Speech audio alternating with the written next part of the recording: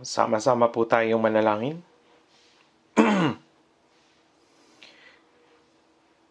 Mabagin naming Amang Diyos na sa amin ay nagmamahal, nagpapasalamat kami sa iyong dakilang biyaya sa pagpapatawad mo sa aming mga kasalanan magpakailanman sa pamagitan ng iyong mahalagang dugo at iniligtas mo kami ng walang anumang kapalit sa mga huling araw na iyong itinakda. Sa mga oras na ito, nagpapasalamat kami na kami na mga tinubos ng iyong mahalagang dugo ay nagkakatipon sa iyong harapan, nagpupuri sa iyong biyaya at kalwalhatian, natututo ng iyong salita at mayroong fellowship sa mga banal kasama mo.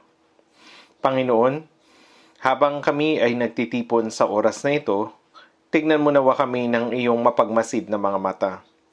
Hawakan mo ang bawat isa ng iyong mahabaging mga kamay at palakasin sila. Baguhin mo ang aming puso araw-araw sa pamagitan ng iyong salita, biyaya, at ng banal na espiritu.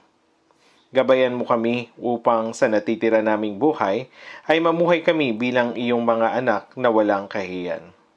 Sa gitna ng mga kahirapan ng maraming iglesia sa buong mundo, punuin mo ang lahat ng aming mga kapatid na nananatiling matatag sa pananampalataya at nagpapahayag ng ebanghelyo ng iyong biyaya, iyong salita, at ng kapangyarihan ng Espiritu Santo. Naway patuloy silang magpahayag ng ebanghelyo ng may katapangan na nagdadala ng maraming kaluluwa sa iyo. Para sa lahat ng mga nangangaral ng salita, punuin mo sila ng kapangyarihan ng iyong salita at banal na espiritu.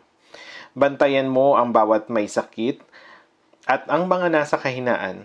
Alalahanin mo ang bawat isa sa kanila.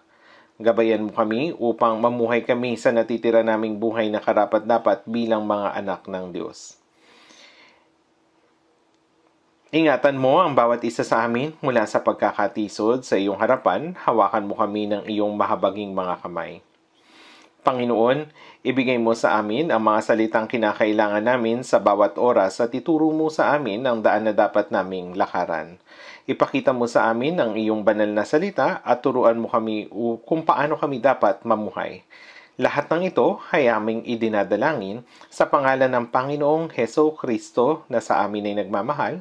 Amen. Hanapin po natin sa ating Biblia sa 1 Korinto chapter 9. 1 Korinto chapter 9.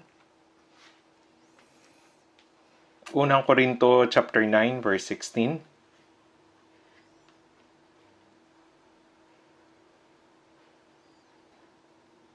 Unang Korinto chapter 9 verse 16. Babasahin ko po.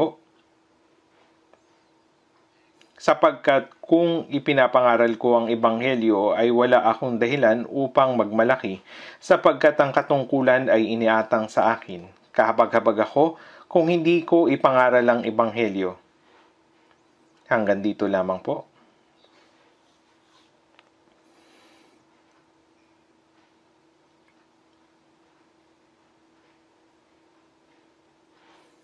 Ngayon, nais ko pong pag-usapan ang pinakamalaking kasalanan na maaring magawa ng mga Kristiyano. Medyo hindi komportable pag-usapan ang kasalanan. Ngunit kailangan ko po itong sabihin.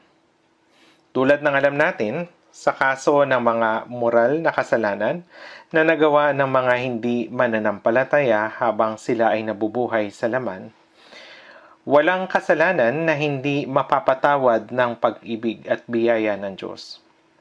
Gayunpaman, sa Juan chapter 3 verse 18, ang sumasampalataya sa Kanya ay hindi hinahatulan, ngunit ang hindi sumasampalataya ay hinatulan na, sapagkat hindi siya sumampalataya sa pangalan ng tanging anak ng Diyos.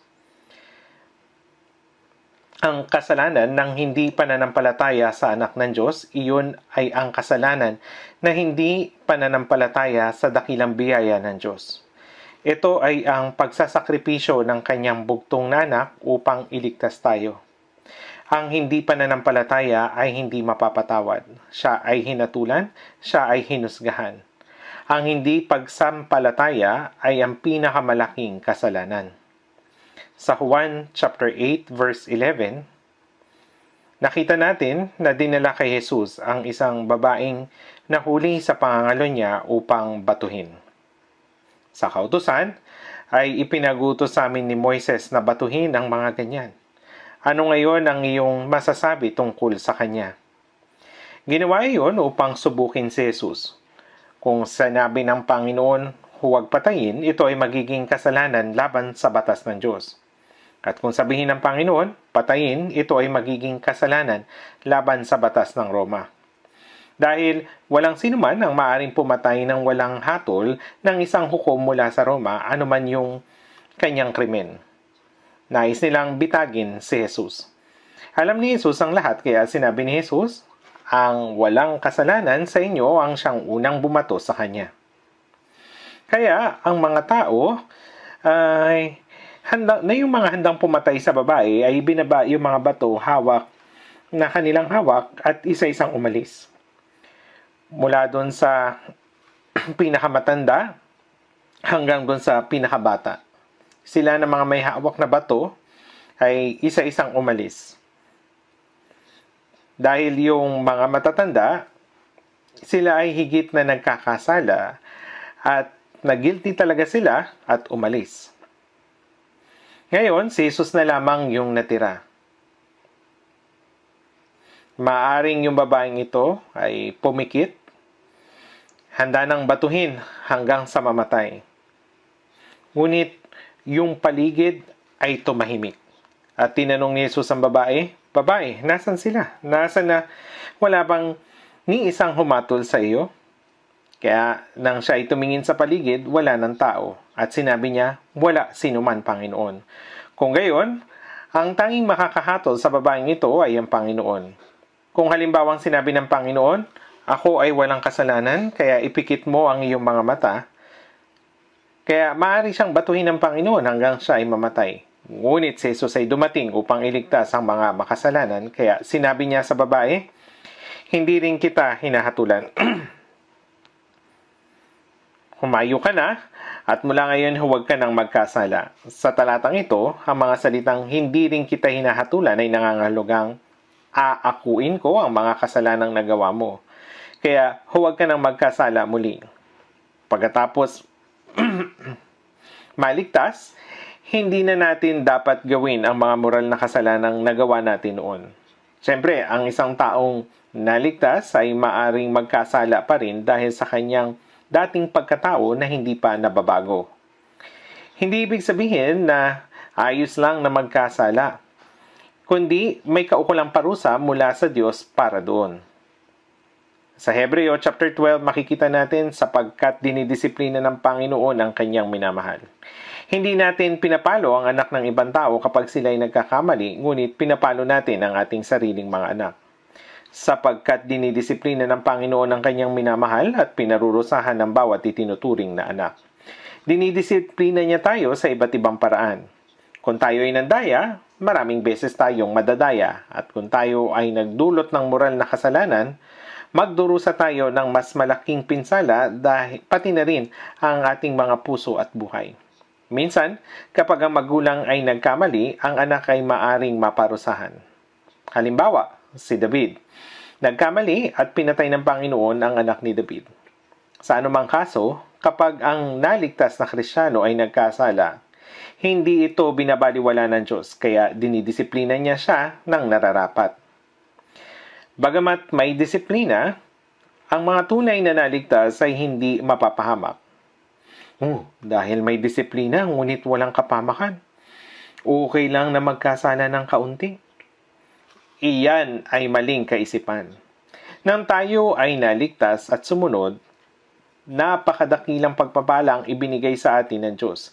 Kaya't ang mga Kristiyano ay dapat mamuhay na karapat-dapat bilang mga anak ng Diyos. Gayunpaman, may isang kasalanan na hindi dapat gawin ng mga Kristiyano. Bukod dun sa mga moral na kasalanan, may mga kasalanan na mas malaki kaysa sa mga moral na kasalanan. Tulad ng sinabi sa Santiago chapter 4 verse 17.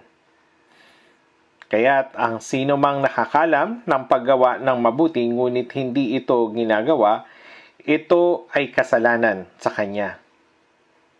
Alam ng mga Kristiyano kung paano gumawa ng mabuti. Kung babasahin natin yung talata 15.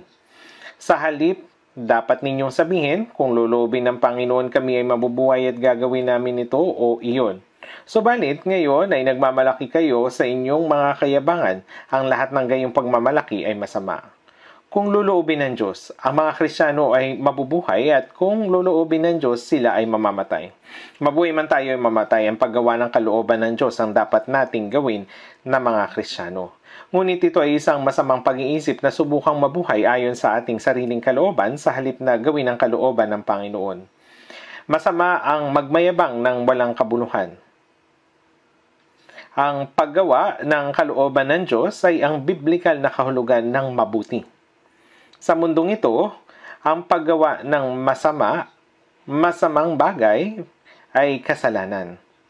Gayunpaman, ang mga Kristiyano ay nagkakasala kapag hindi nila nagagawa ang biblikal na kabutihan, kahit na wala silang nagawang moral na kasalanan.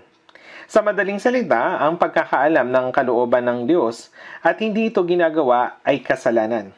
Sa unang Korinto, chapter 9, verse 16, sinabi ni Apostol Pablo, sapagkat kung ipinangangaral ko ang ebanghelyo, ay wala akong dahilan upang magmalaki, sapagkat ang katungkulan ay iniatang sa akin. Katungkulan. Ibig sabihin, isang bagay na hindi mo kakayaning hindi gawin. Ito ay isang bagay na talagang dapat mong gawin. Sa buhay, may mga bagay na maaari mong gawin at may mga bagay na hindi mo kailangan gawin. Ngunit may mga bagay na talagang dapat mong gawin. Kaya sinabi niyang katungkulan. Ito ay dapat na gawin. Isang bagay na talagang dapat mong gawin. Kahabag-habag ako kung hindi ko ipangaral ang ebanghelyo. Napakalinaw na sinabi. Kahabag-habag ako kung hindi ko ipangaral ang ebanghelyo. Sa ibang salin, sinabi, kung hindi ko ipangaral ang ebanghelyo, may mangyayaring masama sa akin. Ang kasalanan ng hindi pag-i-evangelize. Ito po ay kasalanan. Ano sa tingin ninyo ang pinakadakilang bagay na magagawa ng isang Kristiyano? Ito ba ay ang pagpapakain ng mga nagugutom? Pagtulong sa may sakit upang gumaling? O pagtulong sa mahina? Opo, lahat ng ito ay mabubuting bagay. Ngunit ang pinakadakilang gawain ay ang tulungan ng isang makasalanan na patungo sa impyerno at ipahayag sa kanila ang tungkol sa biyaya ng Diyos upang sila ay maligtas. Kaya't sinabi sa Filipos chapter 1 verse 5, dahil sa inyong pakikibahagi sa pagpapalaganap ng ebanghelyo mula nung unang araw hanggang ngayon, ako'y panatag sa bagay na ito na ang nagpasimula sa inyo ng mabuting gawa ay siyang magtatapos nito hanggang sa araw ni Hesukristo. Kapag ligtas na, hindi tayo lumalakad sa pananampalataya ng nag-iisa ng ebanghelyo mula ng unang araw hanggang ngayon. Ang mga naligtas sa pamagitan ng ebanghelyo ay may bahagi sa ebanghelyo. Hindi ako nailigtas ng mag-isa. Naglilingkod tayo sa isang Ama sa langit kasama ng ating mga kapwa na ligtas na kapatid. Iisa ang ating pananampalataya, iisa ang pag-asa, iisa ang layunin sa buhay. Sa gitna ng ating fellowship, kasama natin ang Diyos, ang fellowship na ito ay nagsimula na. Sinasabi doon sa verse 6, ako'y panatag sa bagay na ito, na ang nagpasimula sa inyo ng mabuting gawa ay siyang magtatapos nitong hanggang sa araw ni Hesukristo. Sa fellowship ng mga banal, nagpasimula ang Diyos ng isang mabuting gawa. Mabubuting gawa na gustong gawin ng Diyos. Sa mga gawa, chapter 10, verse 38, kung paanong si Jesus na taga Nazaret ay binuhusan ng Diyos ng Espiritu Santo at ng kapangyarihan kung paanong naglibot siya na gumagawa ng mabuti at nagpapagaling ng lahat ng mga pinahirapan ng dyablo sapagkat kasama niya ang Diyos. Nang dumating si Jesus sa sanlibutan, hindi siya dumating sa parehong posisyon ng tao. Bagamat siya ay kapantay ng Diyos, siya ay dumating sa anyo ng tao upang iligtas ang mga makasalanan. Kasabay nito, ang buhay ni Jesus bago niya isinakatuparan ng pagliligtas ay isang halimbawa para sa lahat ng mga banal na maliligtas sa kalaunan. Kaya kapag sinabi ng Biblia na si Jesus ay binuhusan ng Espiritu Santo at ng kapangyarihan, nangangahulugan nito na ang Espiritu Santo ay ibinuhos sa mga kaluluwa ng mga ipinanganak na muli, na ang nagpasimula sa inyo ng mabuting gawa. Ano ang paggawa ng mabuti? Ang pinakadakilang gawa ay pagalingin ang isang kaluluwang pinahihirapan ng dyablo. Ang pinakamabuting magagawa ng isang taong ligtas ay ang ipahayag ang ebanghelyo sa isang kaluluwang patay dahil sa mga kasalanan at pagsuway upang sila ay maligtas. At ang pinakamagandang bagay na magagawa natin ay tulungan silang mamuhay ng karapat-dapat bilang mga anak ng Diyos. Ang mabubuting gawa na ginawa ng Panginoon ay nahayag ngayon sa ating mga naligtas, na ang nagpasimula sa inyo ng mabuting gawa ay siya. Sinabi niya ng lahat ng mga pinahihirapan ng dyablo. Ang pinakamabuting gawa ay iligtas ang mga hinihila patungo sa pagkawasak. Ang paggawa ng mabuting gawang iyon ay ang pinakamahalagang tungkuling ipinagkatiwala sa atin ng Diyos. Yung kasalanan ng hindi paggawa ng gawain ng pagliligtas sa mga kaluluwa ng mga tao sa pamagitan ng pangangaral ng Ebanghelyo. Sapagkat kung ipinangangaral ko ang Ebanghelyo ay wala akong dahilan upang magmalaki. Bakit? Dahil ito ay isang bagay na talagang dapat gawin. Ito ay kinakailangan at madiin niyang sinabi. Kahabag-habag ako kung hindi ko ipangaral ang Ebanghelyo. Sa ibang salin, kapag hindi ko ipangaral ang Ebanghelyo, magiging lubhang malungkot ako. Ito ang kalalabasan. Ang mga Kristiyano ay maaring mamuhay ng morally. Ngunit dapat nating maunawaan na ang kasalanan ng hindi pangangaral ng Ebanghelyo ay ang pinakamalaking kasalanan na maaaring gawin ng isang Kristiyano. Maaari mong sabihin na ang pag-evangelize ay para sa mga taong tulad lamang ng pastor, evangelist at mga misyonary. Bakit ba kailangan gawin ito ng mga karaniwang tao tulad ko? Hindi po. Ang utos na ipangaral ang Ebanghelyo ay ibinigay ni Jesus ng maraming beses. Bago siya umakyat sa langit sa Ebanghelyo ni Marcos, at sinabi niya sa kanila, humayo kayo sa buong sanlibutan at inyong ipangaral ang Ebanghelyo sa lahat ng nilikha. Ang sumasampalataya at mabautismuhan ay maliligtas, ngunit ang hindi sumasampalataya ay parurusahan. Ang responsibilidad sa pagpapalaganap ng Ebanghelyo ay hindi ibinigay sa mga apostol lamang. Ito ay isang responsibilidad na ibinigay sa lahat ng mga Kristiyano. Sa mga Gawa, chapter 8, sinabi sa verse 1, "Nang araw na iyon, nagkaroon ng malawakang pag-uusig laban sa iglesia na nasa Jerusalem at lahat ay nagkahiwa-hiwalay sa buong lupain ng Judea at Samaria maliban sa mga apostol." Maliban sa mga apostol, sino yung iba? Nagkalat sila. Pero hindi sila tumakbo dahil sa takot na mahuli at mapatay, ngunit ipinangaral nila ang Ebanghelyo saan man sila magpunta. Kung titingnan mo po doon sa Gawa, sa verse 4, ang mga nagkawatak-watak ay naglakbay at ipinangaral sa kanila ang salita. Sinabi ni Jesus, ipangaral ang Ebanghelyo sa Jerusalem, sa buong Judea, Samaria, at hanggang sa kaduludulo ang bahagi ng lupa. Ngunit yung mga Kristiyano ay nagkatipon-tipon sa Jerusalem. Kagaya ito ng bahay na nasusunog at yung siklab ay lumilipad at kumakalat ng palayo. Gayun din, ang malaking pag-uusig sa Jerusalem ay ikinalat ang mga banal. Ipinalaganap nila ang Ebanghelyo saan man sila pumunta at hindi nagtagal ang Ebanghelyo ay kumalat sa iba't ibang lugar. Kaya alam ng mga taong ligtas na ang kanilang kaligtasan ang pinakamahalaga. Sa Hebreo 2:3 ay sinabi, ganito kadakilang kaligtasan. Kung ating pababayaan ang ganito kadakilang kaligtasan, hindi alam ng mga hindi naligtas kung gaano kadakila at kahalaga ang kaligtasang ito. Kaya, pinapabayaan lamang nila ito. Ibig sabihin ay binabaliwala nila ito. Kung gayon, paano sila makakatakas sa paghatol? Alam ng taong ligtas kung gaano kadakila at kahalaga ang kaligtasan na kanilang natanggap. Bakit? Dahil ano ba ang pinakadakila at pinakakahangahangang gawain na ginawa ng Diyos? Ang gawain na isinakripisyo ng Diyos ang kanyang kaisa-isang anak upang tubusin ang ating mga kasalanan at iligtas ang ating mga kaluluwa ay higit na dakila kaysa sa gawain ng Diyos na lumikha at mamahala sa sanlibutan na ito sa pamagitan ng kanyang salita at kapangyarihan. Sa gawain ng paglikha, walang bagay na hindi magagawa ang Diyos sa pamagitan ng kanyang salita at kapangyarihan. Subalit, may isang bagay na hindi magagawa ang Diyos kahit na sa pamagitan ng kanyang salita at kapangyarihan habang namamahala sa kasaysayan ng tao. Ibig sabihin, hindi maililigtas ng Diyos ang mga kaluluwa hindi sa pamagitan ng kanyang salita o sa kanyang kapangyarihan lamang. Bakit? Sapagkat sinasabi sa Roma chapter 6 verse 23, sapagkat ang kabayaran ng kasalanan ay kamatayan. At ang kabayaran ng kasalanan ay dapat bayaran. Dahil ang Diyos ay isang matuwid na Diyos, kailangan niyang hatulan at puksain ang mga makasalanan at iyon ay makatarungan. Ngunit kung pinatawad lamang ng Diyos ang mga makasalanan ng walang anumang kondisyon at iniligtas sila, nangangahulugan niyon na ang Diyos ay hindi isang matuwid na Diyos. Sa makatuwid, ang halaga ng kasalanan ay dapat bayaran ng Diyos mismo.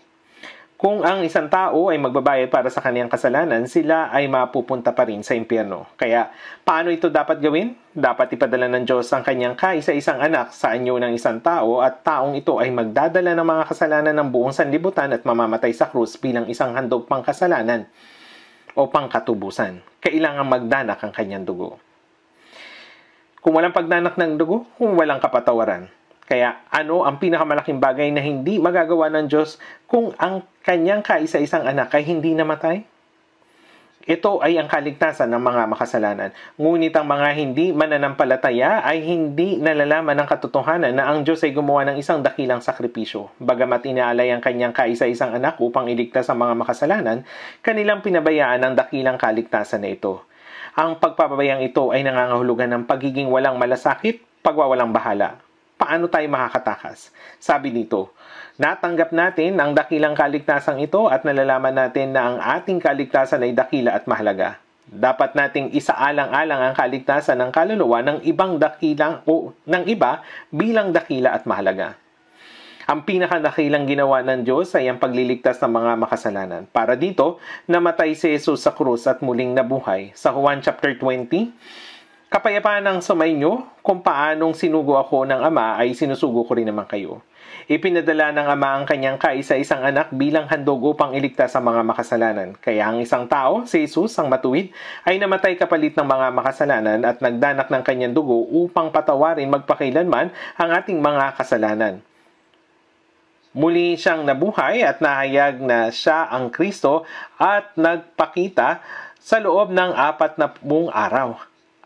At huling sinabi ni Jesus ay kung paanong isinugo ako ng Ama. Ang layunin ng pagsugo ng Ama kay Jesus ay natupad nang siya ay namatay sa krus. Ngunit nang sabihin ni Jesus, sinusugo ko rin naman kayo, ano po ang ibig sabihin nito?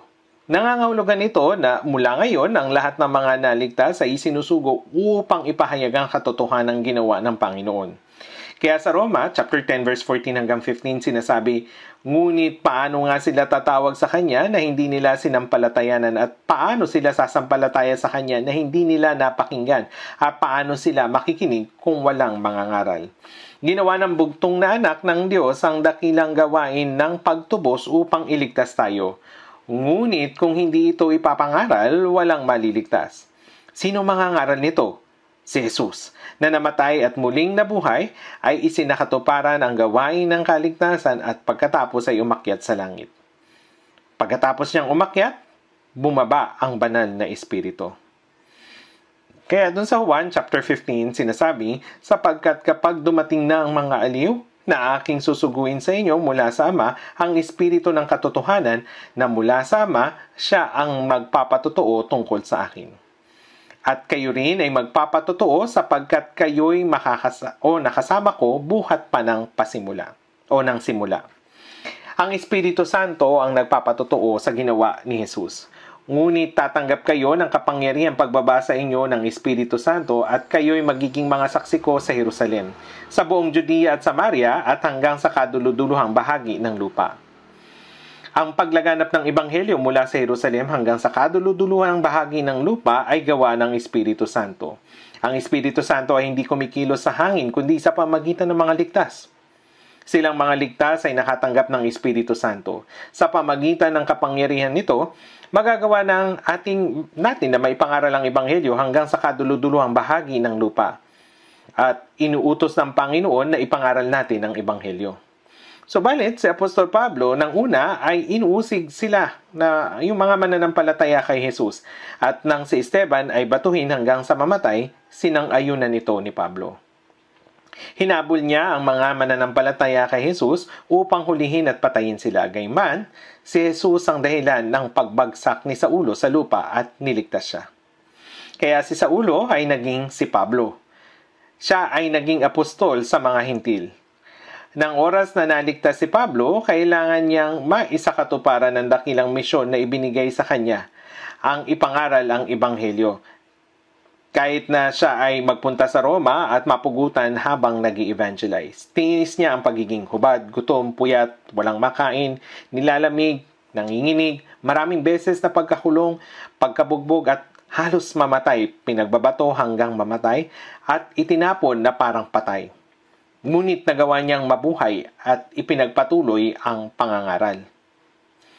Sinabi rin ni Apostol Pablo, maging tulad kayo sa akin gaya ko kay Kristo. Ang tanging anak ng Diyos, si Jesus, ay ibinigay ang kanyang sarili bilang sakripisyong handog. Naging hanggang sa kamatayan upang tayo ay iligtas. Si Apostol Pablo, nang oras na siya ay naligtas, ay nagpunta sa Roma at nangaral ng 2 taon at patuloy na nangaral hanggang na siya ay mapagutan para sa Ebanghelyo. Hindi lamang naman si Pablo, maging si Pedro at iba pang mga apostol at ang mga sinaunang iglesia ay ipinangaral din ang Ebanghelyo.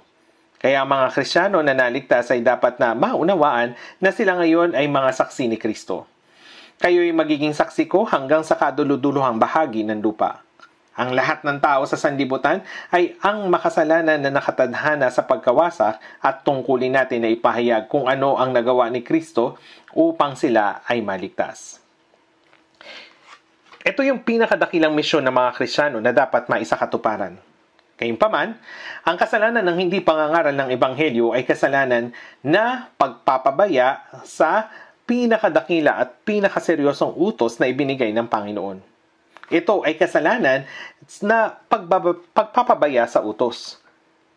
Doon sa Jeremias chapter 48 verse 10 sinabi dito, sumpain nawa siya na may kapabayaang gumagawa ng gawain ng Panginoon at sumpain siya na inuurong ang kanyang tabak sa pagdanak ng dugo. Ito ay talagang nakakakilabot na salita. Silang mga nagpapabaya sa gawa ng Panginoon, ibig sabihin, silang mga hindi gumagawa nito. Silang mga tamad. Silang mga trinatrato ito na hindi mahalaga ay susumpain. Ang isang tao ay maaring pabayaan ang gawa ng Diyos kahit na dapat nilang gawin ito. Noon, ang mga propeta at mga apostol ay nangangaral ng Ebanghelyo kahit na maging sa kamatayan. Ngayon, sa mga huling araw, tayong mga naligtas ay maaring nag-iisip, kahit na hindi ako mangaral, sa huli, yung mga tao na maliligtas ay maliligtas naman. Kahit na ako, yung mga pastor, mga evangelist at mga missionary ay hindi mangaral. Siyempre, kahit na hindi ka mag-evangelize, gagawin ito ng iba. Gayunpaman, hindi mo maiiwasan ang kasalanan ng hindi pangangaral. Kaya nga, dapat nating malaman na ang kasalanan ng hindi pangangaral ay ang pinakamalaking kasalanan ng pagsuway sa salita ng Panginoon. Kung titingnan natin sa ikalawang Timoteo chapter 4 verse 1 hanggang 2, ito yung mga huling salita na isinulat ni Apostol Pablo kay Timoteo bago siya namatay. Sa harapan ng Diyos at ni Kristo Jesus na siyang hahatol sa mga buhay at mga patay at sa pamagitan ng kanyang pagpapakita at sa kanyang kaharian ay inaatasan kita. Ipangaral mo ang salita, magsikap ka sa kapanahunan at sa di kapanahunan, magtuwid ka, manaway ka, mangaral ka na may buong pagtitiyaga at pagtuturo. Nakakita na ba kayo ng ganitong kahigpit na utos? Sa harapan ng Diyos at ni Kristo Jesus na siyang hahatol sa mga buhay at mga patay at sa pamagitan ng kanyang pagpapakita at sa kanyang kaharian, ay inaatasan kita, ipangaral mo ang salita, magsikap ka sa kapanahunan at di kapanahunan. Ipangaral ninyo ang ebanghelyo kahit na mabuti o hindi ang inyong kapaligiran. Ngayon, hindi lamang ito binigay sa mga apostol. May malaki o maliit na responsibilidad na ibinigay sa mga Kristiyano, ngunit ang misyon ay pareho lamang. Kaya ang hindi pangangaral ng ebanghelyo ay isang kasalanan ng pagtalikod sa layunin ng ating mga buhay Kristiyano. Ito ang pinakadakilang utos at misyon sa sanlibutan na ibinigay ng Panginoon sa mga Kristiyano. Ito yung layunin ng ating mga buhay. Sa mga awit, 116 verse 12, sinabi, ano ang aking isusukli sa Panginoon sa lahat niyang kabutihan sa akin? Si Kristo na tanging anak ng Diyos, na sa halip natin ay ang nahatulan, namatay at nagligtas sa atin. Ang biyayang ito ay kamangha-manghang biyaya upang iligtas ang mga makasalanang gaya ko. Siya ay naparito mula sa mataas at matayog na kalangitan patungo dito sa mababa at hamak na sanlibutan at namatay para sa lahat o sa atin na mga miserableng makasalanan. Ito ang dakilang pag-ibig at biyaya ng Diyos na hindi natin magagawang maisip, ngunit ito ang malinaw na katotohanan. Paano ko masusuklian ang lahat ng biyaya na ibinigay sa akin? Kapag ang isang tao na nakatanggap ng ganito kadakilang biyaya ay mabubuhay na hindi iniisip kung paano susuklian ang biyayang ito, ito ay napakalaking kasalanan. Sa panahon ngayon, kapag ang magulang ay nagkaanak, palalakihin sila, tuturuan sila at maayos silang palalakihin. May ilan na kapag malaki na sila, ay kanilang tatanungin, anong ginawa mo para sa akin? Ito'y sinasabi nila ng walang pag-ibig. Ito ay lubos na pagtataksil sa kabutihan ng kanilang mga magulang. Kapag nakita ng mga magulang ang kanilang mga anak na ganito, nakakaramdam sila ng matinding kataksilan. At sa mga panahon ngayon, kapag ang mga bata ay tumatanda na, hindi nila iniisip ang pagmamahal ng kanilang mga magulang at iniisip lamang nila ang ganito. Bakit hindi na lang kayo mamatay kaagad?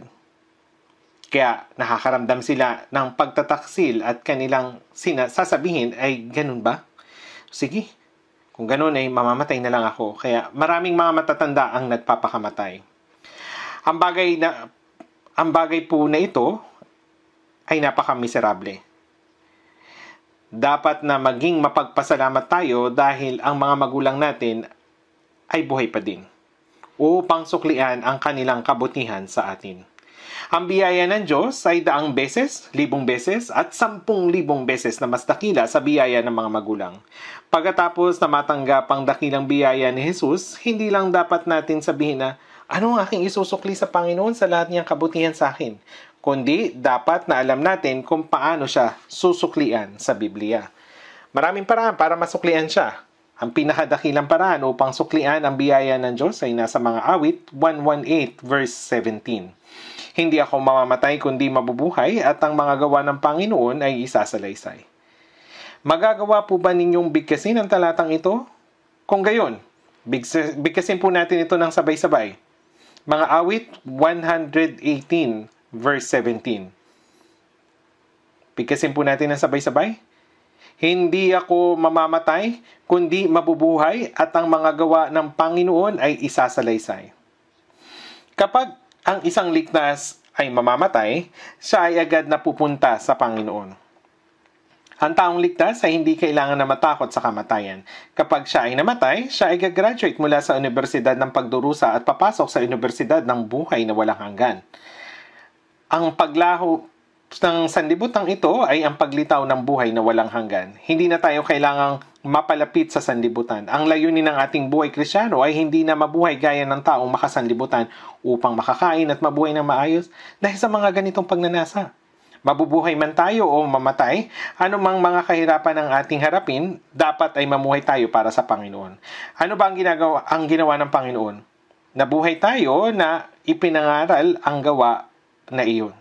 Sinabi sa awit 66 verse 16, kayo'y magsiparito at inyong dinggin, kayong lahat na natatakot sa Diyos at ipahayag ko kung ano ang kanyang ginawa para sa ating kaluluwa.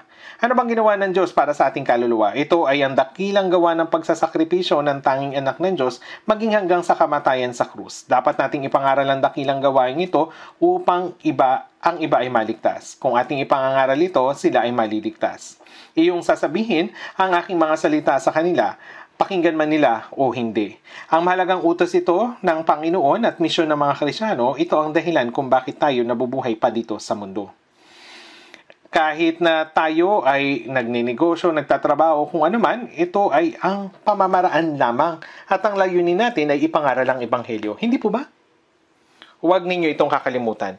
Kapag nakalimutan ng mga Kristyano ang kanilang misyon, kapag nawala ang layunin ng kanilang buhay, para tayong patay. Kung gayon, bakit pa tayo nabubuhay? Tingnan natin sa Juan chapter 4. Sa Juan chapter 4, verse 35. Juan chapter 4, verse 35. Juan chapter 4, verse 35 hanggang 36. Hindi ba sinasabi ninyo, may 4 na buwan pa at darating na ang pag-aani? Ngunit sinasabi ko sa inyo, masdan ninyo ang inyong paligid at inyong tingnan ang mga bukid na mapaputi na upang anihin.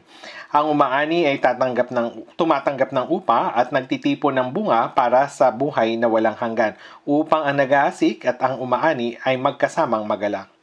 Habang dumaraan si Jesus sa lungsod ng Samaria, napagod siya sa kanyang paglalakbay at tumigil. Habang ang kanyang mga alagad ay pumunta sa lungsod upang bumili ng karne o ng makakain at dinala sa kanya. Rabi, kumain ka. At sinabi ni Jesus, ako'y may pagkain na hindi ninyo nalalaman. Kaya't sinabi ng mga alagad sa isa't isa, may dagdala kaya sa kanya ng pagkain? Ako'y may pagkain na hindi ninyo nalalaman. Si Jesus ay walang kinaing anuman. Ang pagkain ko ay ang gawin ng kalooban na nagsugo sa akin at tapusin ang kanyang gawain. Yung isang taong gutom ay naghahanap ng pagkain ng higit kaysa anumang bagay at ang isang taong uhaw ay nangangailangan ng tubig. Nang si Jesus ay sobrang napagod at nagutom, anong sinabi niya? Ang pagkain ko ay ang gawin ng kalooban na nagsugo sa akin at tapusin ang kanyang gawain. Ito yung kalooban ng Ama para sa maliliit na ito. Kaya't hindi kalooban ng inyong Ama na nasa langit na ang isa sa maliliit na ito ay mapahamak. Ito ay ang iligtas ang mga makasalanan. Dito, napakinggan ng makasalanang babaeng Samaritana ang salita ng Panginoon at pumunta sa kanyang lungsod at sinabi sa kanila. Kaya yung mga tao sa lungsod ay nakinig sa babae at inisip nilang may kakaibang bagay na mangyayari at sinabi ni Jesus sa kanyang mga alagad, may 4 na buwan pa at darating na ang pag-aani. Ang butil ay maaring nagsisimula pa lamang tumubo ngayon. May 4 na buwan pa at darating na ang pag-aani. Ang ibig sabihin ni Jesus ay tingnan ninyo ang mga butil sa bukid. Sinabi ni Jesus, masdan ninyo ang inyong paligid at inyong tignan ang mga bukid na mapuputi na upang anihin. Ibig sabihin na kailangan nilang tignan ang bukid gamit ang kanilang espiritual na mata, hindi ang bukid na nakikita nila mismo. Ang mundong ito ay kagaya ng isang bukirin na siyang pinamamahalaan ng Diyos. Ang mga tao sa Samaria ay pumunta sa bukirin at sinabi ni Jesus, sila ay mapuputi na upang anihin. Si Jesus ay hindi pa namamatay sa krus noon. Subalit, kailangang siya'y mamatay at muling mabuhay upang maligtas sa mga tao. Sila'y mapuputi na upang anihin.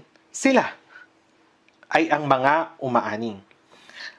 Ang mga umaani ay tumatanggap ng upa at nagtitipon ng bunga para sa buhay na walang hanggan.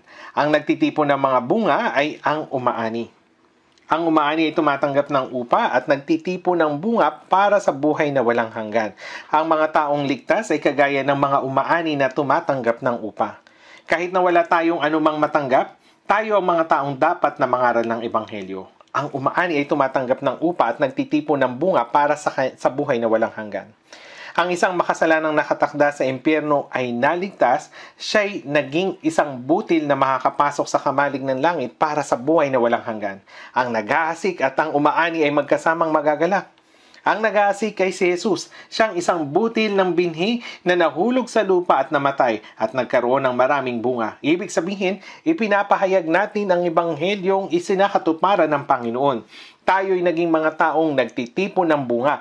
Kahit na mahinog ang isang butil, kung hindi nito titipunin, ito'y matutuyo. Noon, nang ako'y pumunta sa Jeonju para sa Bible Seminar, nang tingnan ko po yung labas ng KTX train, halos kalahati ng butil sa bukirin ay natipon na. Yung ibang bahagi ay natitipon na, subalit ang ibang bahagi naman ay hindi pa natitipon.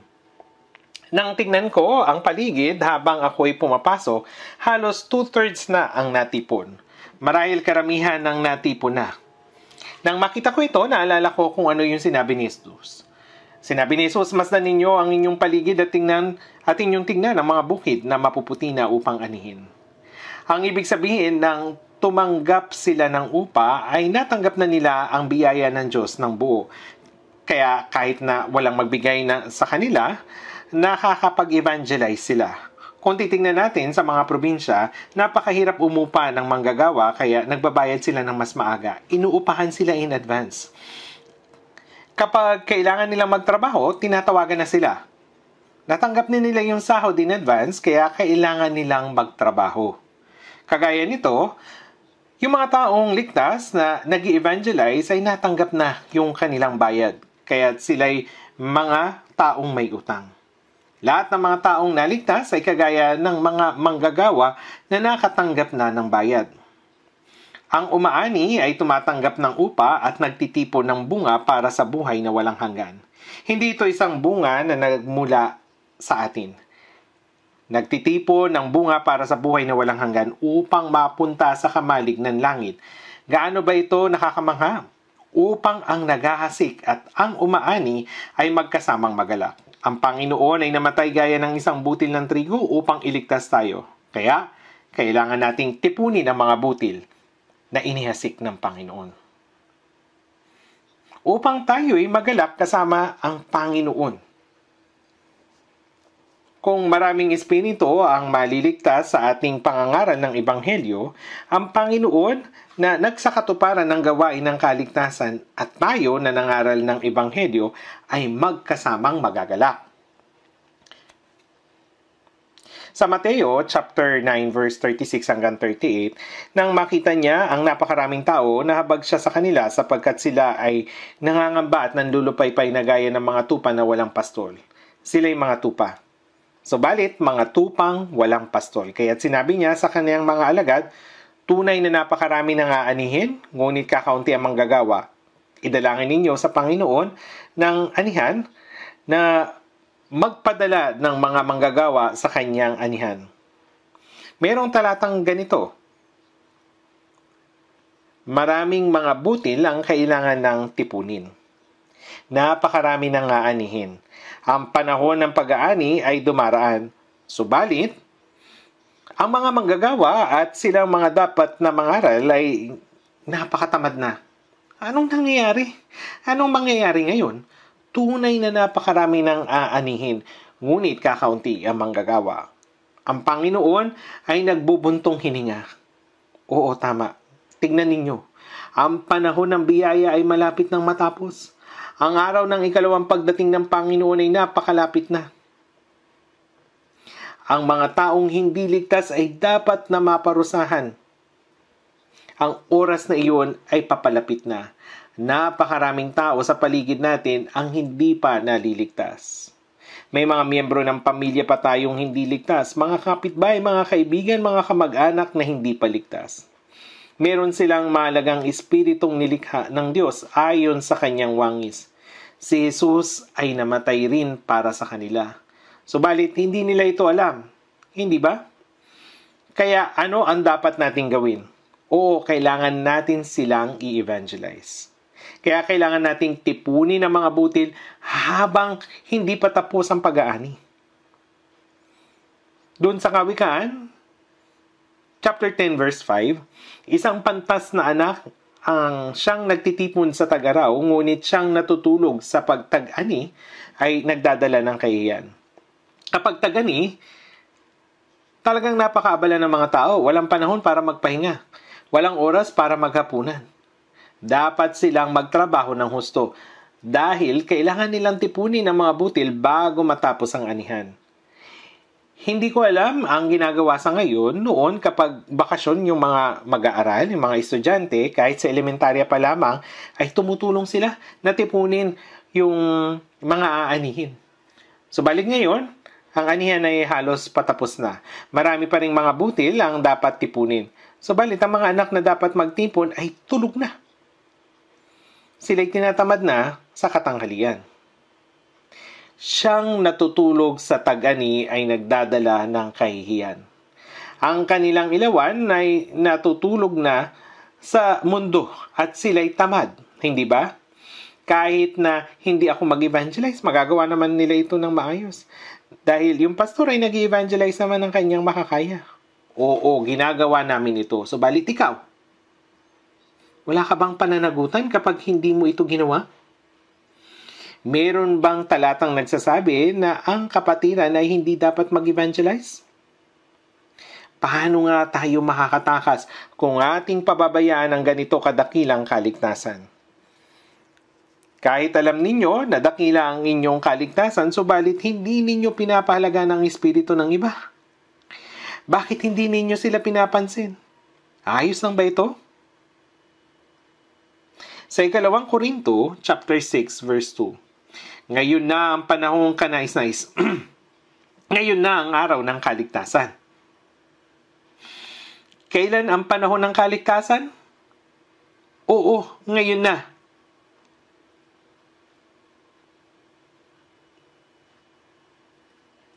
Kapag nag-evangelize tayo ng mga taong hindi na niniwala, oo, alam kong kailangan mong maligtas, kailangan kong maligtas, sasabihin niya. Subalit, abala ako ngayon. Yung kaligtasan ay sa susunod na lang, siguro unti-unti. Sa susunod na lang, unti-unti. Ang ganitong klase ng tao ay hindi maliligtas. Ganito ang sinasabi ni Satanas, sa susunod na lang, hanggang sa mamatay ka na. May nagsabi, paunti-unti si Satanas ay dumarating hanggang sa kamatayan. Ang tao ay maaring mamatay ng biglaang, ng kahit anumang oras. Tama? Maaari tayong biglang mamatay dahil sa mga sakuna, aksidente o sakit. Gaano nga kahina yung buhay sa laman? Maliligtas ako bago ang kamatayan. Ano ba yung mga bagay na kailangan mong gawin bago ka mamatay? Sinabi ito ng mga tao dahil hindi nila alam yung katotohanan. Ito ay dahil isinasawalang bahala nila yung dakilang kaligtasan. Kung yung isang taong ligtas ay wala, kung ano yung halaga, kung alam ng isang taong ligtas na mahalaga yung kaligtasan, dapat malaman din niya kung gaano kalaki at gaano kahalaga ang kaligtasan ng iba.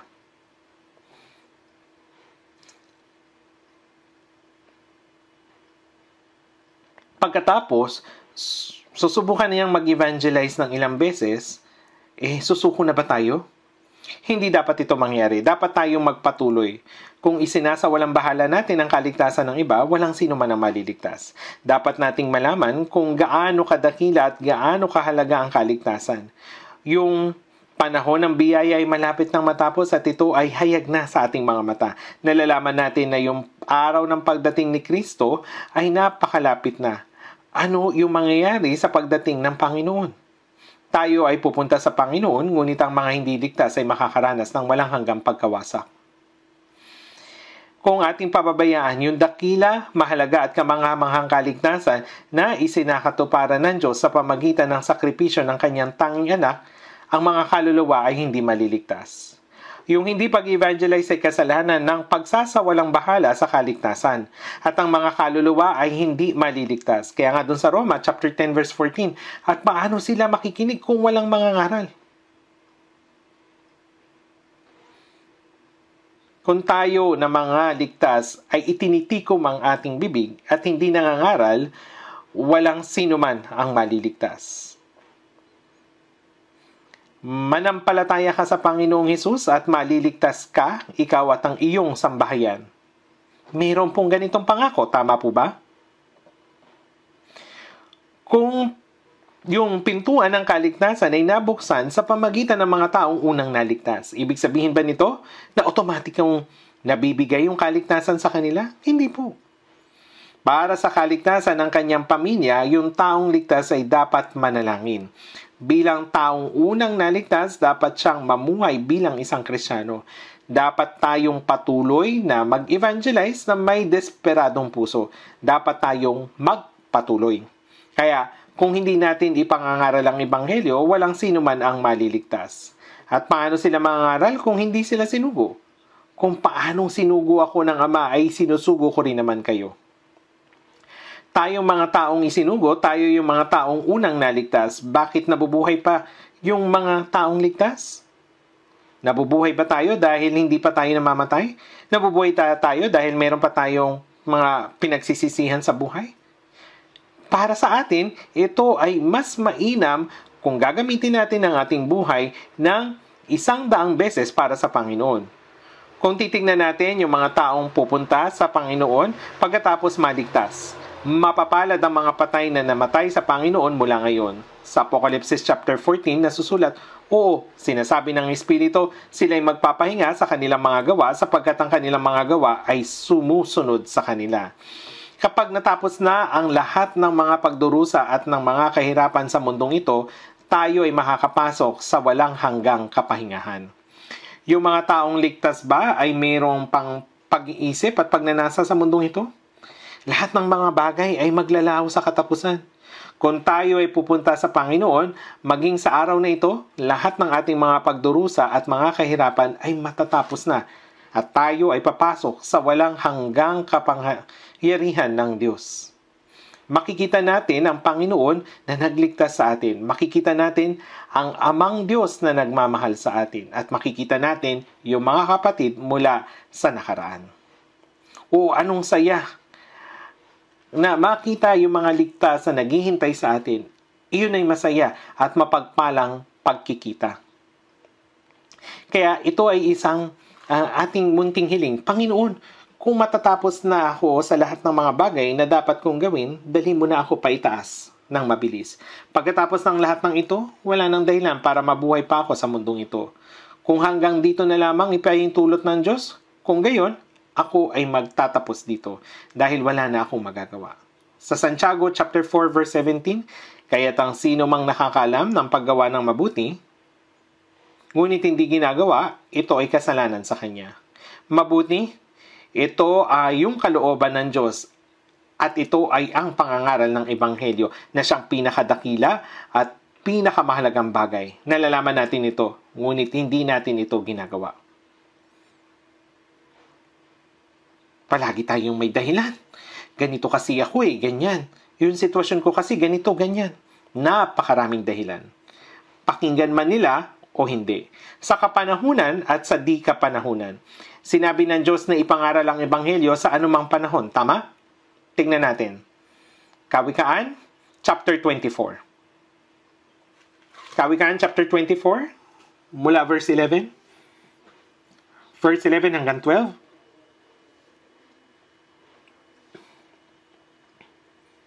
Babasahin ko po, Kawikaan, chapter 24. Verse 11 hanggang 12. Iligtas mo silang dinadala sa kamatayan, pigilan mo silang natitisod patungo sa katayan. Kung iyong sinasabi narito, hindi namin ito nalalaman, hindi ba ninyo alam ang sa mga puso'y tumitimbang? At siyang nagbabantay sa inyong kaluluwa, hindi ba niya nalalaman? At ang bawat tao, ayon sa gawa niya, ay hindi ba niya gagantihan? Sa katunayan, nakakatakot ang verse na ito. Mo. Kanino pumapatungkol yung mo? Sa mga taong ligtas. Iligtas mo silang dinadala sa kamatayan. Pigilan mo silang natitisod patungo sa katayan. Lahat ng tao sa mundong ito, maging pamilya man natin ito na hindi ligtas, mga kapitbahay, kamag-anak, silang lahat ay dinadala sa kamatayan. Iligtas mo sila. Pigilan mo silang natitisod patungo sa katayan. Yung mga tao ay hinihila ni Satanas papunta sa impyerno. Ibig sabihin nito, huwag nating hayaang mawasak sila. Ibig sabihin nito, tulungan natin silang maligtas. Kung iyong sinasabi, narito, hindi namin ito nalalaman. Hindi ba ninyo alam ang sa mga puso'y tumitimbang? At siyang nagbabantay sa inyong kaluluwa, hindi ba niya nalalaman? Ay hindi mo alam iyon. Hindi ko alam iyan. Hindi ko alam na dinadala sila sa kamatayan. Tunay na sinungaling. Nang patayin ni Cain si Abel, sinabi ng Diyos kay Cain, nasan si Abel na iyong kapatid? At sinabi niya, ewan ko, ako ba'y tagabantay ng aking kapatid? Ewan ko. Pinatay niya yung kanyang kapatid, ngunit sinabi niya, ewan ko. Sinabi ng Diyos, ang tinig ng dugo ng iyong kapatid ay dumadaing sa akin mula sa lupa. Ano yung kanyang dinadaing? Diyos, pinatay ako ng aking kapatid na si Cain. Pakiusap, bigyan mo ako ng katarungan mula sa aking kaaway. Merong mga tao na dinadala sa walang hanggang kamatayan. Maraming mga tao sa ating paligid, ngunit pinababayaan lamang natin sila.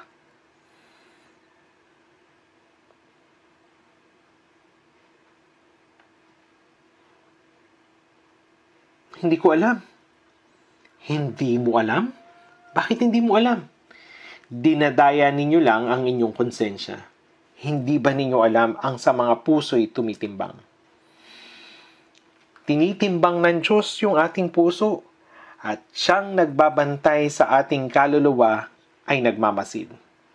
Dinadaya lang ng mga Kristiyano ang kanilang mga konsensya at ang bawat tao ayon sa gawa niya ay di ba niya gagantihan? Ayon sa ating mga gawa, dapat ninyong malaman na parurusahan tayo ng Diyos dahil sa kasalanan ng hindi pangangaral ng Ebanghelyo.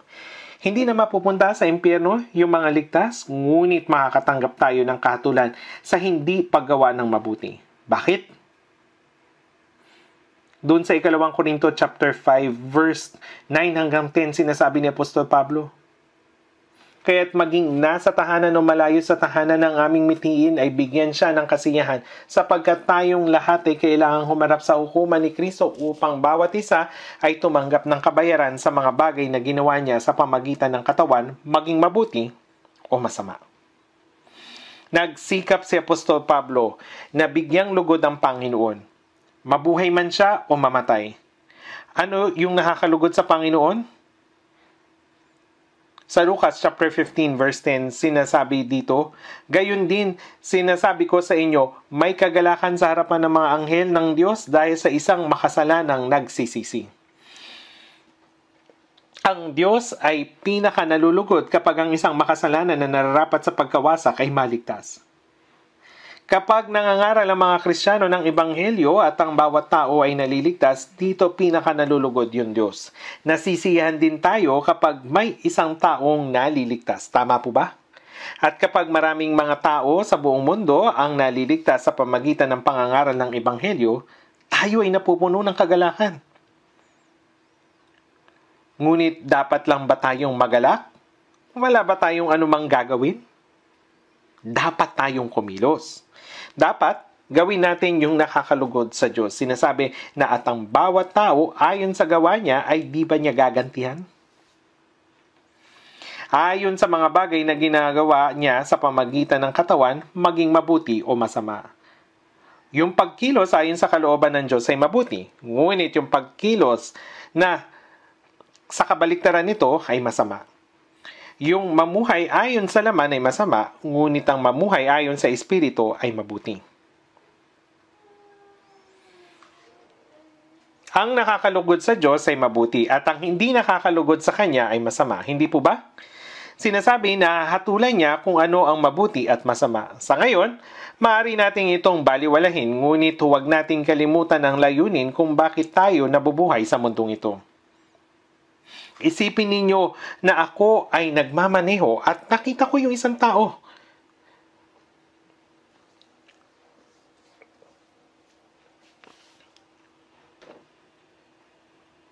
Nung nakita ko yung isang tao na mamamatay sa isang aksidente sa kalsada, dapat bang isipin ko lamang na, nakakalungkot naman, sila ay mamamatay na, nakakapanghinayang at lalagpasan lamang sila? Kahit gaano pa ako kaabala, tungkulin ko na isakay ang taong iyon sa aking sasakyan, isugod sila sa ospital, at dali-daling tumawag sa 911. Ito'y upang subukan silang iligtas. Kung tutulungan ko ang taong iyon kahit kaunti lamang, sila ay maaring mabuhay. Ngunit kung pipiliin ko lamang sila na lagpasan, naku ay masasangkot sa kanilang pagkamatay.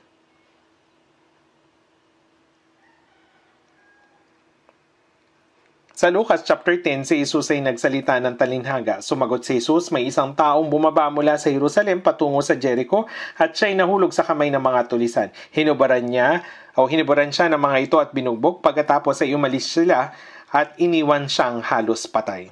Merong tao na inatake ng mga tulisan, binugbog at nasa bingit ng kamatayan. Siya ay mamamatay na. Merong isang pari na dumaan at nakita siya. Siya ay inatake ng mga tulisan. Siya ay mamamatay na. Napakamalas niya. At tinignan niya lamang ito at dumaan sa kabilang panig. At sinabing, ako'y abala. Sa kabila ng pagiging pari ay nagpanggap ito na hindi niya ito nakita at umalis. At meron isang libita na dumating at nakita ang lalaki. Ang libita ay ang masigasig na naglilingkod sa templo. Gayunpaman, nakita ng libita ang lalaki, ngunit iniwasan ito at nilampasan. Ang pari at libita, ang mga taong naglilingkod at nagpupuri sa Diyos. Gayunpaman, nang makita nila ang lalaki na namamatay na, ito ay kanilang lamang dinadaanan. Hindi ba mahalaga sa kanila kung ang lalaking ito ay mamamatay o mabubuhay? Ngunit isang Samaritano ang dumating at nakita ang lalaki at tinulungan. Subalit ang isang Samaritano sa kanyang paglalakbay ay dumating sa kanyang kinaroroonan at nang kanyang makita ang taong ito, siya ay nahabag. Kanyang nilapitan siya at tinalian ng kanyang mga sugat at pagkatapos binuhusan ng langis at alak. Pagkatapos inisakay sa kanyang sariling hayop, siya ay dinala sa bahay panuluyan. Ang Samaritanong ito ay kumakatawan kay Jesus at ano ang sinabi ni Jesus? Humayo ka at gayon din ang gawin mo. Ang mga tao na nakatanggap ng kaligtasan ay dapat na maging ikalawang Samaritano. Kung paanong tayo ay niligtas ni Jesus, maaari ba nating tingnan lamang at lampasan ang sino man na namamatay? At iwasan sila? Makakatakas ba tayo sa harapan ng Diyos? Kung paanong tayo ay niligtas ni Jesus, tayo ay kanyang inuutusan na humayo ka at gayon din ang gawin mo. At dahil wala na tayong sapat na oras, bibilisan ko na lamang at hindi na ako titingin sa mga talata. Sa Ezekiel 3:17 hanggang 19, sinabi ng Diyos kay Propeta Ezekiel, Anak ng tao, ginawa kitang bantay sa sambahayan ni Israel. Tuwing makakarinig ka ng salita mula sa aking bibig, bigyan mo sila ng babala mula sa akin.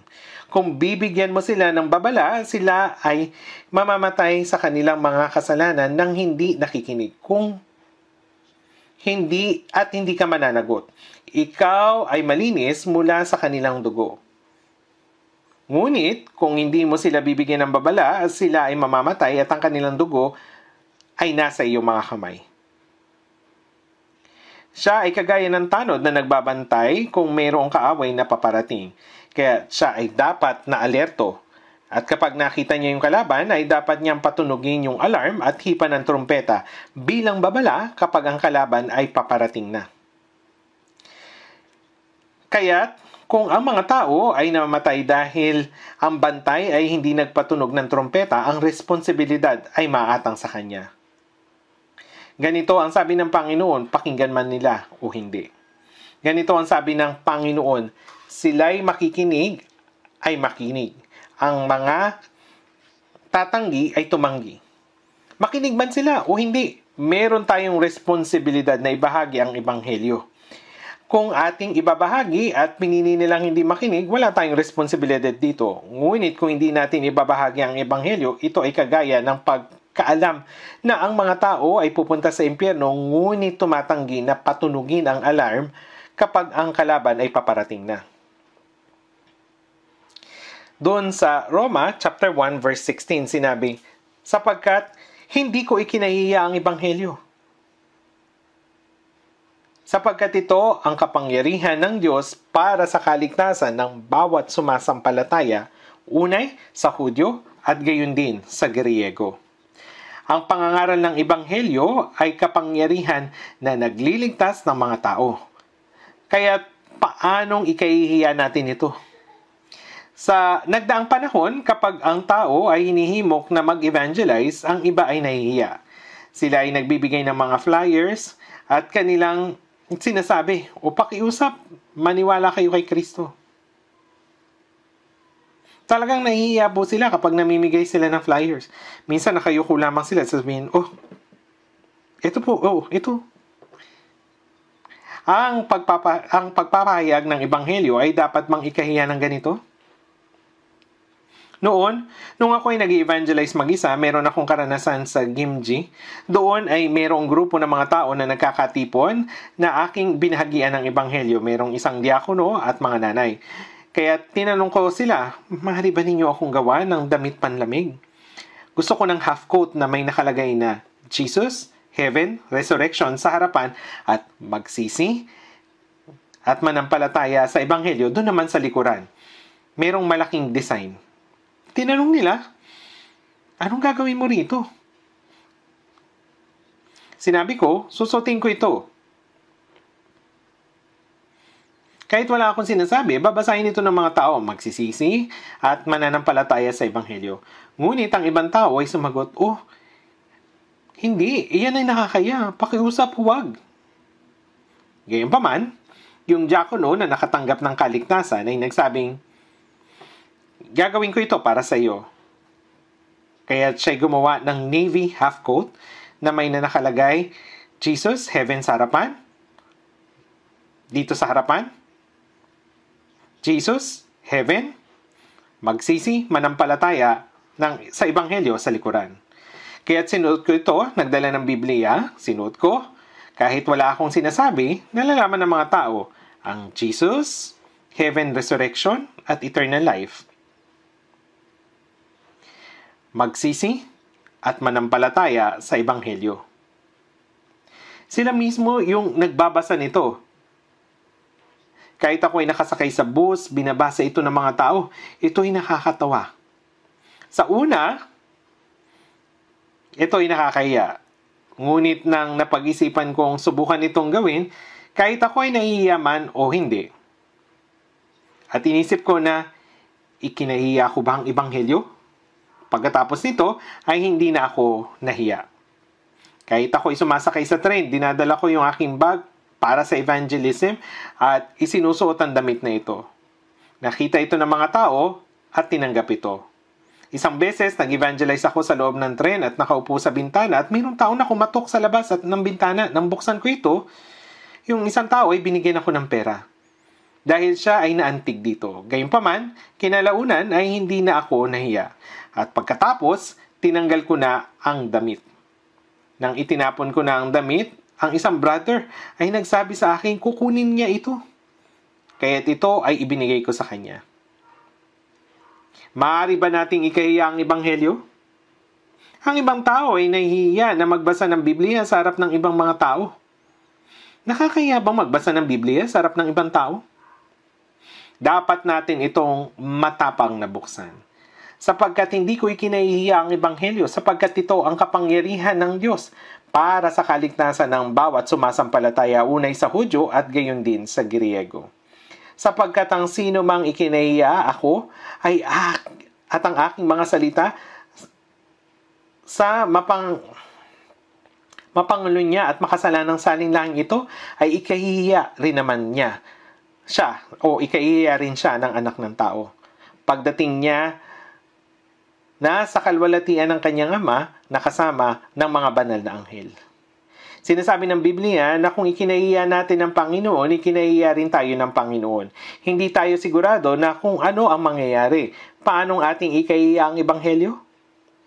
Sa Roma 1:14, sinabi ni Apostol Pablo, ako'y may pananagutan sa mga Grego at sa mga barbaro, sa marurunong at gayon din sa mga mangmang. Kaya saganang akin, nasasabik din akong ipangaral ang Ebanghelyo sa inyong mga nasa Roma. Tayo ay mayroong utang. Kanino tayo may utang? Huwag kayong magkautang ng anuman sa kanino man, kundi mag-ibigan sa isa't isa sapagkat ang umiibig sa kanyang kapwa ay nakakatupad na ng kautusan. Ang Panginoon ay namatay para iligtas tayo at marami ang nagsasakripisyo hanggang kamatayan at marami ang nagsakripisyo at namatay bago ang ebanghelyo ay dumating sa atin. Kaya tayo ay mga naligtas ay mga taong mayroong utang. Ang pangangaral ng ebanghelyo ay katulad ng pagbabayad sa utang. Ang mga tao na hindi nangangaral ng ebanghelyo ay mga tao na walang pakialam sa pagbabayad ng utang. Ang mayroong mga utang ay mayroong responsibilidad na magbayad ng utang. Kung hindi sila magbabayad ng utang, ito ay kasalanan. At ang kanilang makibahagi sa kahirapan at pagsasakripisyo para sa ebanghelyo ay mali.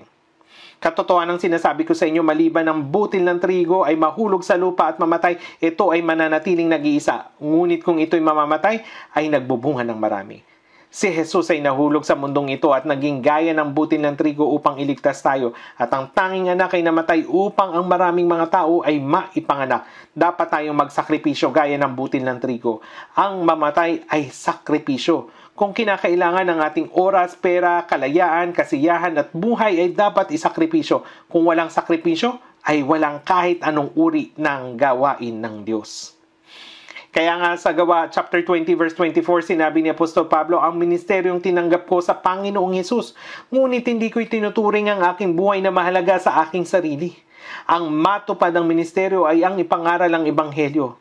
Ihahandog ko ang buhay ko ng 100 beses. Sa katunayan, dumana si Apostol Pablo ng maraming pagdurusa para sa ebanghelyo at pumunta siya sa Roma upang ipangaral doon ang ebanghelyo at doon ay pinagutan siya ng ulo. Sa tuwing ipapangaral ang ebanghelyo ay mayroong pagdurusa at sakripisyo. Dapat nating malaman na ang ebanghelyo ay maipangaral sa pamagitan ng pagdurusa at sakripisyo ng mga Kristiyano. Sa Lucas chapter 16 verse 9 hanggang 11, at sinasabi ko sa inyo, makipagkaibigan kayo para sa inyong mga sarili sa pamagitan ng mga kayamanan ng kalikuan upang kung ito'y maubos na, ay kanilang tanggapin kayo sa mga walang hanggang tahanan. Anong ibig sabihin nito? Dapat nating ihandog maging ang ating oras, gayon din ang ating salapi upang maipangaral ang ebanghelyo. Maraming salapi ang kailangang isakripisyo para maipangaral ang ebanghelyo. Makipagkaibigan kayo para sa inyong mga sarili sa pamagitan ng mga kayamanan ng kalikuan. Anong uri ng pakikipagkaibigan? Hindi nito ibig sabihin na makamundong pakikipagkaibigan. Sa Juan chapter 15 sinabi ni Jesus, walang may higit pang dakilang pag-ibig kaysa rito na ibigay ng isang tao ang kanyang buhay dahil sa kanyang mga kaibigan. Kayo'y aking mga kaibigan kung ginagawa ninyo ang mga bagay na aking inuutos sa inyo. Iniligtas tayo ng Panginoon, tayo na mga makasalanan at tinhandog ang kanyang buhay upang gawin tayong kanyang mga kaibigan. At dapat din nating ihandog ang ating oras at kalayaan upang maligtas ang iba pang mga ligaw na kaluluwa. At patungkol sa kayamanan, dapat nating ialay ang ating kayamanan para sa pangangaral ng ebanghelyo. Alam niyo po ba, kailangan natin ng marami nito. Dapat tayong magpadala ng mga misyonaryo. Hindi ninyo po alam kung gaano kalaki ang kailangan para sila maipadala. Kung wala tayong pakialam tungkol sa pera, ay hindi po natin ito maipapadala. Ang ating church sa Korea ay nagpapadala ng maraming mga missionary sa 83 na mga bansa at mayroon na rin tayong maraming mga local ministers. At halos lahat ng mga bansa na na-evangelize natin ay mahihirap na bansa. Kaya kailangan nating magpadala ng budget para sa kanila. Kailangan po natin ng malaking pledge para sa evangelism. Ginagawa po ito ngayon ng ating church. At wala tayong problema dito. Dahil ang ating church ay lumalaki na, bagamat hindi ako makapunta sa ibang bansa bilang missionary, gayon man, dapat tayong magkaroon ng pag-iisip na makapagpadala ng missionary. Kapag nakikita ko po ang World Mission Offering, sa totoo lang, napakalaki po nito. Kaya naman ang ebanghelyo ay makapangyarihang na ipapangaral sa ngayon. Kung wala nitong sakripisyo, hindi po tayo makakapag-evangelize. Ang Diyos ay makapangyarihang kumikilos, kaya para dito, ang ating tapat na panalangin at sakripisyo ay hindi nawawalan ng kabuluhan o mawawalan ng kabuluhan. Kaya, makipagkaibigan kayo para sa inyong mga sarili sa pamagitan ng mga kayamanan ng kalikuan. Kung may isang taong naligtas, siya ay nagiging kaibigan natin. Kapag ang mundong ito ay natapos na, ang kaibigan natin na ating na-evangelize ay tatanggap sa atin sa walang hanggang tahanan. Ang walang hanggang tahanan ay ang langit. Kapag pumunta na tayo sa langit, ay tatanggapin tayo ng Panginoon at ang taong naligtas sa pamagitan ng ating direktang sakripisyo, at ang mga taong naligtas sa pamagitan ng paghahandog ng kayamanan para sa indirect evangelism, bagamat hindi natin kilala kung sino-sino ang mga naligtas, alam ng Panginoon ang lahat ng ito. Kung sino ang mga naligtas at kung sino ang na-evangelize sa kanila. Kaya, tatanggapin nila tayo ng may kagalakan. Nung minsan pumunta po ako sa isang lugar, o kapag sinasalubong po ako, binibigyan ako ng bugkos ng bulaklak sa liig. Pero nung minsan pumunta ako sa malayong lugar, dumating ako sa airport, wala man lang sumalubong o tumanggap sa akin. Gaano nga ito nakakalungkot. Kapag pumunta na tayo sa langit, sino ba ang tatanggap sa atin? Hindi po natin alam kung sino ang naligtas sa pamagitan ng ating sacrifice at offerings. Subalit, alam ng Diyos ang lahat. Kilala ng mga taong ligtas kung sino sila.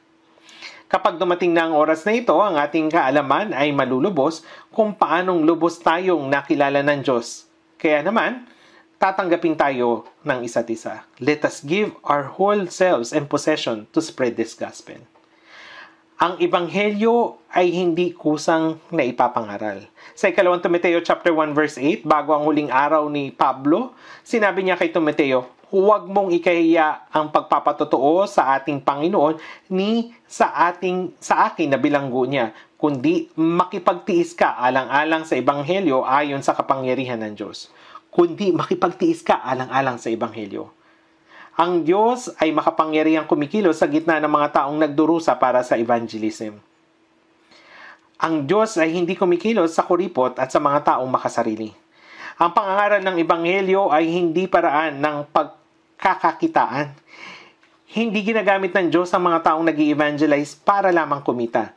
Tingnan po ninyo sa Biblia, saan ninyo ito makikita? Ito ay para sa mga taong handang mamatay para sa ebanghelyo.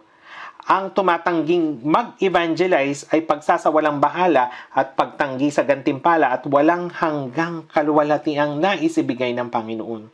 Sa Apocalypse chapter 2 verse 10, dito sinabi, maging tapat ka hanggang sa kamatayan at ibibigay ko sa iyo ang korona ng buhay. Pagkatapos nating maligtas, kung ilalaan natin ang ating panahon, ang ating kabuhayan, ang ating kalayaan at kaligayahan, maging ang ating buhay para sa Panginoon at sa Ebanghelyo, ay merong walang hanggan at maluwalhating gantimpala para dito. Sa mga Roma 8:17 hanggang 18, sinabi kung tunay nga nagtitiis tayong kasama niya upang tayo'y luwalhatiin namang kasama niya. Ang ating pagdurusa at sakripisyo ay pansamantala lamang, subalit ang kaluwalhatian ay magpakilanman. Gayon din sa 2 Korinto chapter 4 verse 17, sapagkat inihanda tayong nitong magaan at panandali ang kapigatian para sa walang hanggan at di masukat na kaluwalhatian. Gaano man tayo magsakripisyo para sa Panginoon, ang kaluwalhatiang ipinangako niya sa atin ay kamangha-mangha at magpakilanman. Pero bakit ninyo po ito tinatanggihan? May ilang nagsasabi na wala akong pakialam sa gantimpala, mahalaga lang naman makapunta ako sa langit. Kapag tumayo ka sa harapan ng Panginoon ngayon, tingnan natin kung masasabi mo pa rin ito. Mapagtatanto mo kung alam ko lang. Sinabi sa unang Korinto, chapter 15, verse 58, kaya mga kapatid kong minamahal, kayo'y maging matatag, hindi nakikilos. Hindi nakikilos sa pamagitan ng pag-asa na laging sagana sa gawa ng Panginoon, yamang nalalaman ninyo na hindi walang kabuluhan ang inyong gawa sa Panginoon. Na laging sagana sa gawa ng Panginoon. Susuklian ng Panginoon ang ating pagpapagal ng walang hanggan at maluwalhating mga bagay. Ito ang dahilan kung bakit kailangan nating gumawa ng higit pa bago tayo humarap sa Kanya. Sa Apocalypse chapter 22 verse 12, ako'y malapit nang dumating at dala ko ang aking gantimpala upang gantihan ang bawat isa ayon sa kanyang ginawa. Ang Panginoon ay nagnanais na mabilis nang dumating upang ibigay sa atin yung gantimpala. Dala ko ang aking gantimpala upang gantihan ang bawat isa ayon sa kanyang ginawa. Bagamat ang kaligtasan na natanggap natin ay pantay-pantay sa pamagitan ng biyaya ng Diyos, ang kalwalatiang tatanggapin ng bawat isa ay magkakaiba kung paanong namumuhay ang bawat isa para sa Panginoon at sa Ebanghelyo pagkatapos niyang maligtas. Yung kalwalatiang iyon ay magpakailanman. Sa unang Korinto chapter 3, maging dito sinasabi na maaring magkaroon ng kahiyahiyang kaligtasan. Isipin ninyo po, yung iba ay tumatanggap ng gantimpala pero ako wala. Habang nasa graduation ceremony, may ilang tumatanggap ng mga awards for excellence para sa perfect attendance at kung ano-ano pang mga achievement. Hindi ba nakakaya kung wala kang matatanggap ng kahit isa? Kaya sinasabi, maging tapat ka hanggang sa kamatayan at ibibigay ko sa iyo ang korona ng buhay. Kahit na walang kabuluhan ang mga bagay sa mundong ito, ang ating buhay na ipinamumuhay para sa Panginoon at sa Ebanghelyo ay hindi kailangang maging walang kabuluhan. Gayunpaman, may ilan na nagsasabi na ligtas na sila, subalit hindi nagpapakita ng interes sa evangelism. Kaligtasan ba talaga ito? Kapag nakikita ko yung mga ganitong tao, minsan nagdududa ako kung sila ba talaga ay naligtas. Talaga bang meron silang pag-ibig at buhay ng Panginoon? Paanong wala silang pagpapahalaga sa mga taong nakapalibot sa kanila na napapahamak? Hindi po ba kayo bibili ng tinapay kapag nakakita kayo na nagugutom? Kapag may nahulog sa tubig, hindi ba kayo lulusong upang iligtas sila? Anong mangyayari sa mga nakakaawang mga kaluluwa sa paligid natin? Napakarami ng dapat nating gawin para maipangaral ang Ebanghelyo. Kaya naman, ibinabahagi ko sa inyo ang tungkol sa pagdadala ng ani bago ito lumipas. Gaya kung paanong tinitipon ng tao ang mga butil sa bukid sa panahon ng anihan. Ngayon pa man, sinasabi sa Jeremias chapter 8 verse 20, ang pag-aani ay nakaraan, ang tag-init ay tapos na, at tayo'y hindi ligtas. Ang pag-aani ay tapos na, ang tag-init ay tapos na. Subalit ang mga butil ay umiiyak. Walang sino man ang pumupunta para tayo'y anihin. Walang sino man. Ang mga butil ay naghihintay sa karit ng mag-aani. Subalit walang umaani. Ang pag-aani ay patapos na at hindi pa rin tayo ligtas. Sumisigaw sila ng may pagtangis. Ano pong gagawin ninyo? Magbibingi-bingihan? Meron tayong dapat gawin. Kapag ibinigay natin ang lahat nating makakaya, ang Diyos ay kikilos. Kaya bago dumating ang Panginoon, bago matapos ang panahon ng biyaya, bago dumating ang gabi, kung saan wala nang makakagawa, bilisan nating ipangaral ang Ebanghelyo sa maraming mga kaluluwa para sila ay maligtas. Hindi po ba sa pamagitan ng church natin, mabilis na ipapangaral ang gawain ng kaligtasan sa buong mundo? Patuloy po tayong manalangin, magkaisa, mag-evangelize at sama-sama po tayong magsakripisyo upang matupad ang makapangyarihang gawain ng Diyos. Gawin po natin ito ng magkakasama. Manalangin na po tayo. Mabagin namin amang Diyos, salamat po sa pagpapakita sa amin ng habag at pag-ibig sa amin na mga minsang naligaw sa kasalanan at pag-ako sa sumpa at kahatulan na nararapat sa amin. Panginoon, dumanak po ang mahalagang mong dugo upang patawarin ang aming mga kasalanan magpakailanman nang wala kaming anumang ginawa. Salamat po sa biyayang ito. Ang aming mga katawan at kaluluwa ay parehong sa iyo. Hinihiling po namin na mabuhay sa nalalabi naming panahon para sa iyo at sa iyong Ebanghelyo. Napakaraming ligaw na kaluluwa sa paligid namin ang hindi pa naliligtas. Ang aming pamilya, kamag-anak, kaibigan, kapitbahay at marami pang iba. Alam po namin na kung hindi namin ibabahagi sa kanila ang Ebanghelyo ay hindi sila maliligtas. Panginoon, tulungan mo po nawa kami na hindi masayang ang mga pagkakataon na ibinibigay mo sa amin. Nawa ang aming oras, kalayaan, kaligayahan at ang aming pinagkakakitaan ay magamit ng mahalaga para sa pagpapalaganap ng Ebanghelyo at maisakatuparan ang dakilang gawain na makakalugod sa iyo.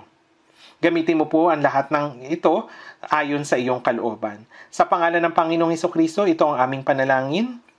Amen.